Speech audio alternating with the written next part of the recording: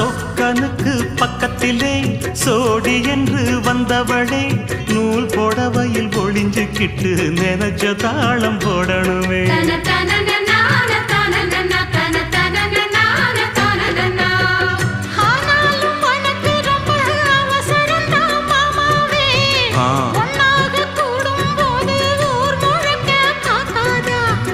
பார்த்தாலும் தவறு இல்ல பனியுறங்கும் ரோசாவே உன்னால சொத்த வச்ச மூக்குலதான் வைக்காதா.